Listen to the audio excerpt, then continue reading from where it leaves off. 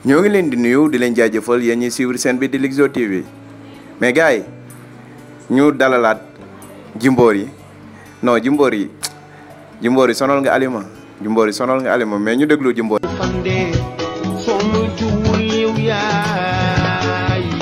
waa Alima yow moom te nga xaar ba dem rek Alima yow tamit nag gaaruwaale yi jaru ko di ah ku jàllagul dex moom waroo reeku lab di kan moo la fi iñaane kan négal ba yegg fa nga jëm yow xamagoo looy fekki di gaaruwaale lu ne nga dugg ci sinab yi jaru ko Alima yow kan moo lay yéene fande ku la xoor xam ne dangaa reer a reer ba baax yow kan moo lay xoor rek natt la ci bët naan reeroo kan la